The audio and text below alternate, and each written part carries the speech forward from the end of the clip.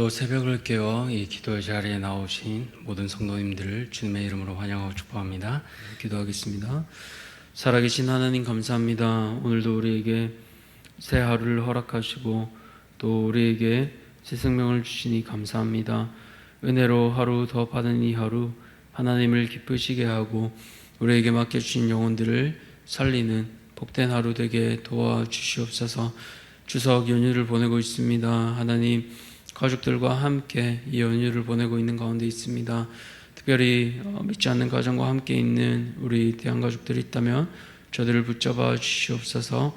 하나님, 저들 가운데 복음의 소망을 주시고 부활의 소망을 날마다 허락하여 주셔서 아직 이 부활에 대한 기쁨이 없는 자들에게 하나님 복음을 담대히 전할 수 있는 우리 사랑하는 모든 대한가족들 되게 도와주시옵소서. 또 하나님, 이번 달 마지막 주에는 새생명 축제 가운데 있습니다. 하나님, 사랑하는 또 새 생명들을 또 우리의 지체들을 초청하는 가운데 있습니다.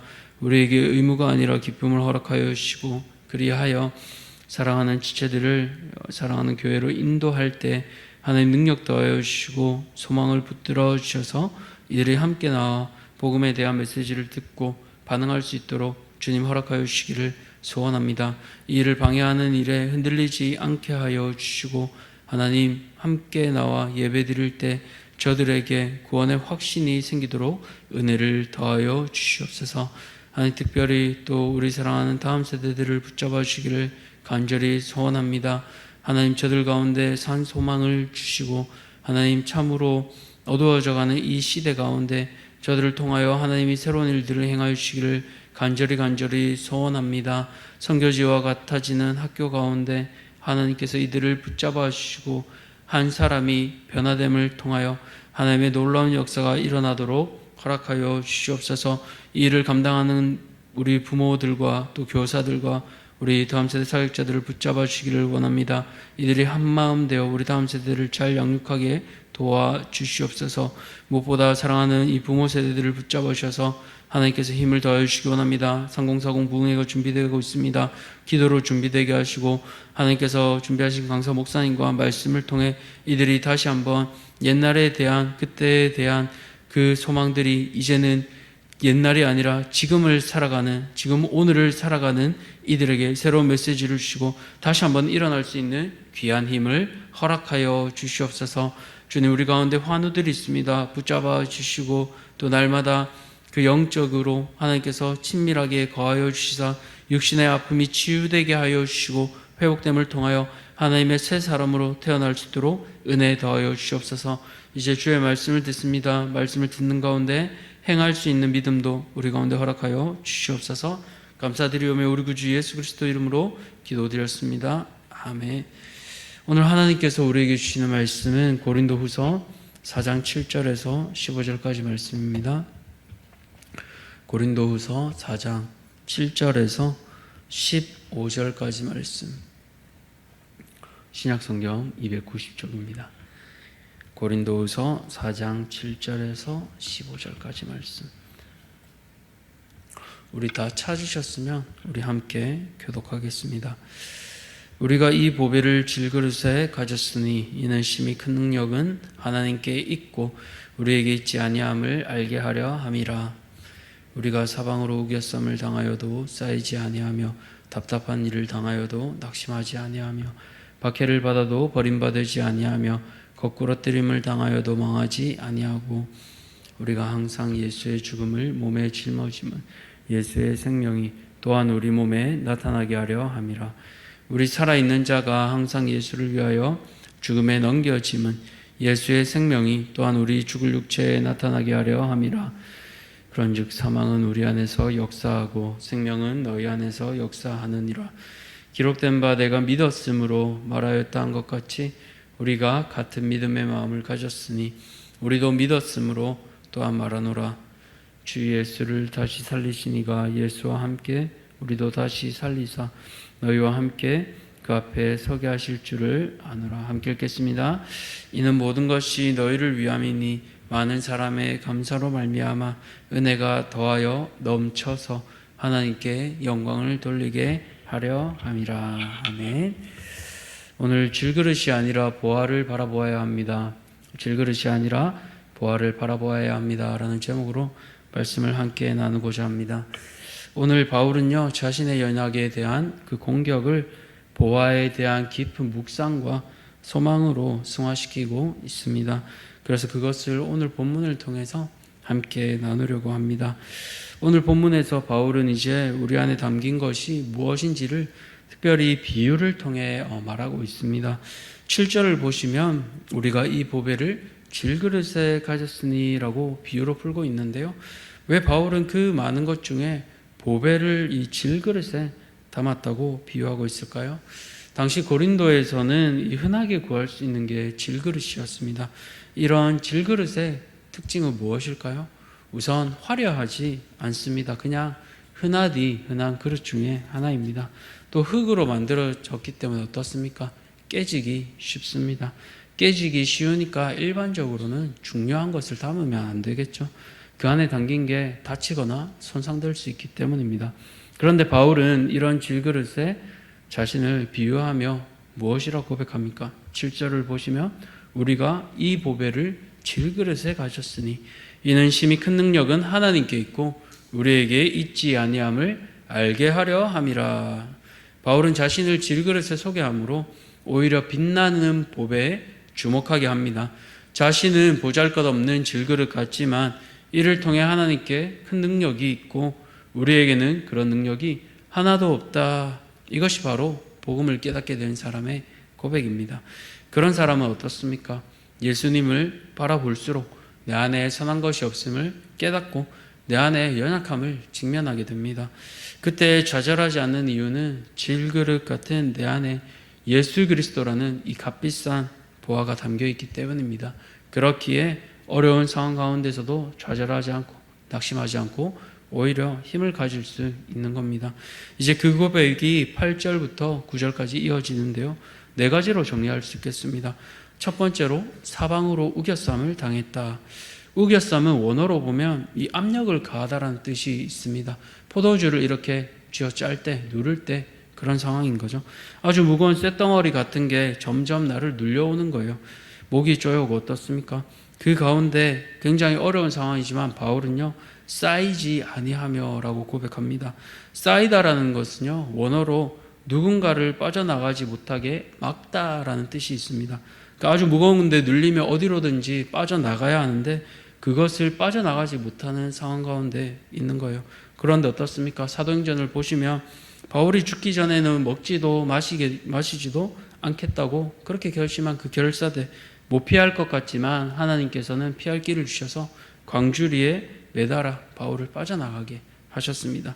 하나님의 도우심을 바울은 몸소 체험한 겁니다. 또 두 번째로 보시면 답답한 일을 당하여도 낙심하지 아니하며 라고 고백하고 있습니다. 답답한 일은 원어로 아포레오라고 하는데요. 어떤 일을 당했을 때 어떻게 대응할지 답을 찾지 못해 혼란을 겪을 때 쓰는 단어입니다. 요즘으로 치면 요즘에 많이 얘기하는 멘붕, 그러니까 기가 막힌 일을 당하는 겁니다. 그런데도 반응이 어떻습니까? 낙심하지 않는다. 왜 그렇습니까? 앞서 본 것처럼 하나님께서 새로운 길을 여시기 때문입니다. 복음을 전하며 바울이 귀신 들린 여자를 고쳐주자 바울은 감옥에 갇혔습니다. 참으로 어찌해야 할지 답도 보이지 않고 답답한 상황이었지만 바울은 오히려 신라와 함께 찬양했습니다. 그 가운데 하나님께서는 길을 열어주셨고 또 복음을 전할 수 있도록 문을 열어주셨습니다. 그런 경험이 있기에 바울은 낙심하지 않는 겁니다. 세 번째로 보시면 박해를 당하다라고 하고 있죠. 이건 종교적인 이유로 핍박당하는 겁니다. 그런 일 없으십니까? 복음을 전하다가 핍박당하거나 그런 일 없으십니까? 전도하다 보면 정말 별의별 일을 겪는 일들이 많습니다. 과요전도대나 여러 가지 전도대로 이렇게 나가시면 그런 경험들을 하게 되시는데요. 저도 개인적으로 학교 앞에서 이렇게 전도할 때 참 별일을 다 겪어보는 것 같습니다. 다른 학습지나 학원에서 나눠주는 그런 유인물은 아무 말도 하지 않아요. 그런데 유독 교회에서만 나가면 참 뭐라고 많이 합니다. 교회 전도지 가지고 나가서 아이들한테 전도하면 그건 안 된다고요. 다른 유인물이나 학습지는 다 되는데. 그래서 참 이런 경우에 다 되는데 왜 이건 안 되나 참 싸우고 싶고 그런 마음도 드는데 싸우면 덕이 안 되니까 그냥 다른 방법을 찾습니다. 그 뒤에서부터는 그분들이랑 신랑이 벌이지 않으려고 그냥 한 30m 멀찍이 떨어져서 그냥 우리 아이들 신방하고 전도지 나눠주고 그렇게 했던 경험이 있습니다. 그런데 저는 겨우 이렇게 핀잔 정도지만 바울은 어떻습니까? 채찍 맞고 돌에 맞아 기절하고 유대인들에게 40에서 하나 감한매를 5번이나 맞고 그 이루 말할 수 없는 핍박을 고린도후서 11장에 바울은 고백하고 있잖아요. 이렇게 바울은 참 어려운 상황을 많이 겪었습니다. 그것이 네 번째 계속 고백되잖아요. 네 번째, 거꾸러뜨림을 당하다. 누군가를 때려서 쓰러뜨린다라는 뜻인데요. 루스드라에서 잘 아신 대로 복음을 전한 바울을 이고니온에서부터 유대인들이 추적해 결국 돌로 쳐서 이렇게 바울을 죽은 줄 알고 도시 밖으로 끌어냈던 일을 우리는 사도행전을 통해 알 수 있습니다. 그러나 그 가운데서도 망하지 않았다라고 바울은 고백합니다. 이 일이 일어났을 때 바울은 오히려 일어나 우리가 환난을 많이 겪어야 할 것이다 라고 오히려 제자들을 격려하고 마음을 강하게 붙들게 한 것을 우리는 알고 있습니다. 어떻게 이런 일이 가능했을까요? 그것이 10절에 나와 있는데요. 우리 함께 10절을 읽도록 하겠습니다. 시작. 우리가 항상 예수의 죽음을 몸에 짊어짐은 예수의 생명이 또한 우리 몸에 나타나게 하려 함이라. 예수의 죽음은 고난을 뜻합니다. 이 고난을 늘 몸에 짊어 다닌다는 건요, 들고 다닌다라는 의미예요. 때로 얼마나 지치고 무겁겠습니까? 그러나 그렇게 사는 것이 그의 숙명인 것을 그는 누구보다 잘 알고 있었습니다. 왜 이 무거운 짐을 바울은 내려놓지 않고 지고 갔을까요? 무겁고 힘든 짐이지만 그 죽음을 몸에 짊어질 때 그를 통하여 예수의 생명이 나타나기 때문입니다. 저 사람은 왜 이렇게 고난받을까? 왜 저런 일을 하며 기뻐할 수 있는 걸까? 하며 다른 사람에게로 그 생명이 생생하게 보여지고 나타나게 하려고 하기 때문입니다. 그렇게 이 생명을 가진 사람은 예수의 생명을 다른 이들에게 전해주는 이로써 살아갈 수 있게 되는 겁니다. 그렇게 바울은 이 메시지를 11절에서 12절을 통해 고린도 성도들에게 생생하게 전하고 있습니다. 우리 살아있는 자가 항상 예수를 위하여 죽음에 넘겨짐은 예수의 생명이 또한 우리 죽을 육체 가운데 나타나게 하려 함이라. 그런즉 사망은 우리 안에서 역사하고 생명은 너희 안에서 역사하느니라. 바울은 예수의 생명이 우리 죽을 육체 가운데 나타내기 위해 항상 예수를 위하여 죽음에 넘겨진다고 고백했습니다. 그 이유는 바로 자신이 섬기는 고린도 교회 성도들에게 이 예수의 생명을 나타내기 위함입니다. 바울이 이처럼 고난당을 통해 오히려 고린도 교회를 세우고 성도들을 바르게 이끌어 갔습니다. 한 사람의 고난을 통해 오히려 많은 생명이 살아나게 되는 그 역사가 일어나게 된 것입니다. 그렇게 바울은 14절에서 15절 이렇게 마지막으로 고백하고 있습니다. 주 예수를 다시 살리시니가 예수와 함께 우리도 다시 살리사 너희와 함께 그 앞에 서게 하실 줄을 아노라. 이는 모든 것이 너희를 위함이니 많은 사람의 감사로 말미암아 은혜가 더하여 넘쳐서 하나님께 영광을 돌리게 하려 함이라. 아멘. 자신뿐만 아니라 많은 고린도 교회 성도들이 참된 믿음을 가지고 하나님 앞에 설 것을 소망하고요, 이를 통해 또 자신뿐 아니라 고린도 교회 성도들도 하나님께 영광 돌리기를 원하고 있습니다. 이것이 참 사역자의 모습이고 또 보화를 품은 사람의 모습입니다. 사랑하는 성도님들, 바울은 핍박하는 가운데서도 결코 낙심하지 않았습니다. 인간적인 눈으로 볼 때 그는 수없이 몇십 번이나 깨어진 질그릇이었습니다. 그러나 그는 자신을 주목하지 않았습니다. 오히려 자신 안에 담긴 보배로운 보화 대신 예수님을 바라보았습니다.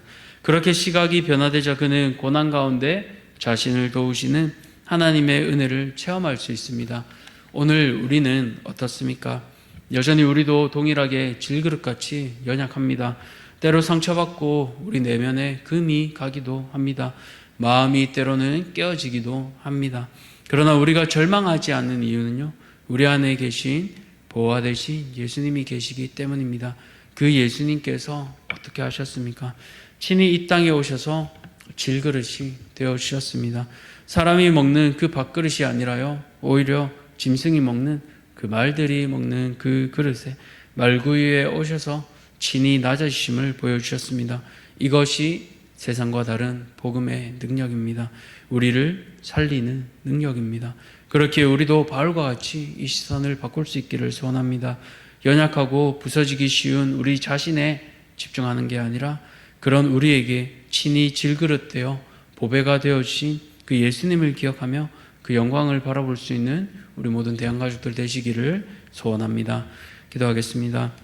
하나님 감사합니다. 질그릇같이 깨어지기 쉬운 우리를, 부서지기 쉬운 우리를 하나님께서 우리를 붙잡아 주심을 기억합니다. 오히려 하늘에 계셨던 예수님께서 이 땅에 오셔서 친히 질그릇이 되어주시고 우리 안에 거하셔서 보배 되어주시니 감사합니다. 이제는 그 보배 되신 예수님을 바라보며 우리의 연약함에 주목하는 자들이 아니라 보배로우신 그 예수님을 날마다 기억하며 소망되어 주셔서 이제는 그 예수님을 자랑하며 그 보배를 자랑하여 우리가 아닌 예수님만 자랑하는 사랑하는 모든 대한가족들 되게 도와주시옵소서. 감사드리오며 우리 구주 예수 그리스도 이름으로 기도드렸습니다. 아멘. 하늘에 계신 우리 아버지여, 이름이 거룩히 여김을 받으시오며 나라가 임하시오며 뜻이 하늘에서 이루어진 것 같이 땅에서도 이루어지이다. 오늘 우리에게 일용할 양식을 주시옵고 우리가 우리에게 죄 지은 자를 사하여 준 것 같이 우리 죄를 사하여 주시옵고 우리를 시험에 들게 하지 마시옵고 다만 악에서 구하시옵소서. 나라와 권세와 영광이 아버지께 영원히 있사옵나이다. 아멘. 오늘은 멕시코의 이지민 선교사님을 위해서 함께 기도하겠습니다. 첫 번째로 선교사님의 멘토인 최승열 선교사님과 동력의 기쁨과 감사가 풍성하도록, 두 번째로 늘 자신보다 남을 더 낫게 여기는 마음으로 주님의 사랑을 온전히 전할 수 있도록, 또 마지막으로 하나님께서 부르신 땅에서 끝까지 사명 잘 감당할 수 있도록 멕시코에 계신 이지민 선교사님 위해서 기도하실 때 멘토인 최승열 선교사님과의 동력을 위해, 또 자신이 속한 그 가정 가운데 주님의 사랑이 풍성할 수 있도록 마지막으로 사명 잘 감당할 수 있도록 우리 함께 기도하시고 개인의 기도 제목을 가지고 기도의 자리로 나아가겠습니다. 함께 기도하겠습니다.